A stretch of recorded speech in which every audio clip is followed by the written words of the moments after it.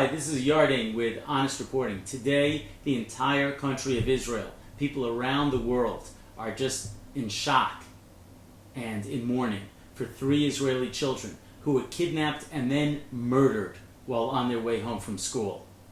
It's an unbelievable crime. And the reason that I just use the term children, they were 16 and 19 years old. And I ask you something, because in the media I never see the words like children. I see them referred to as settlers. And it doesn't even matter that 2 of them didn't even live over the Green Line. That's not the issue here. In the media, I have seen reports of Palestinian children who are arrested by the IDF for throwing stones. And it brings to mind maybe 7, 8, 9-year-old kids throwing little rocks. And yet, in many cases, these children are 18, 19, even 20 years old, and they're throwing huge rocks like bricks at cars that are going by. And the media decides to use the term children because it makes Israel look bad. But in this case, lest people have any sympathy for these 3 poor kids who were murdered, the media likes to use the term settlers. But let me give you an even worse abuse of language by the media. Look, I challenge you, look at any article that mentions Hamas, and the media will refer to Hamas as militants. Militants. And sometimes there'll be a comma, and they'll say Hamas militants, which Israel considers a terrorist organization.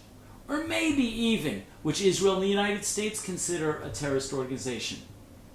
But the media won't call them terrorists. No, that would be showing bias. That would be showing favoritism, right? One man's freedom fighter is another man's terrorist? Well, that's ridiculous. If the word terrorist cannot be applied to Hamas, I would say that word has no validity. Take it out of the dictionary. This is a group. The leader of the group openly said, "I bless the hands of those responsible for the kidnapping." This is a group that published a manual how to kidnap Israelis. This is a group that openly calls for the destruction of Israel and the murder of innocent Israeli men, women, and children.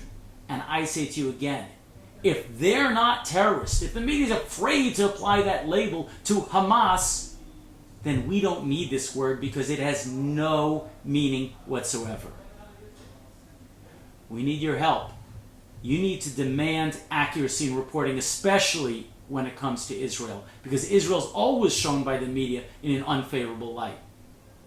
To learn more, go to the Honest Reporting website. Join us. Together we can make a difference, keep demanding better, more accurate coverage of Israel. For Honest Reporting, thank you.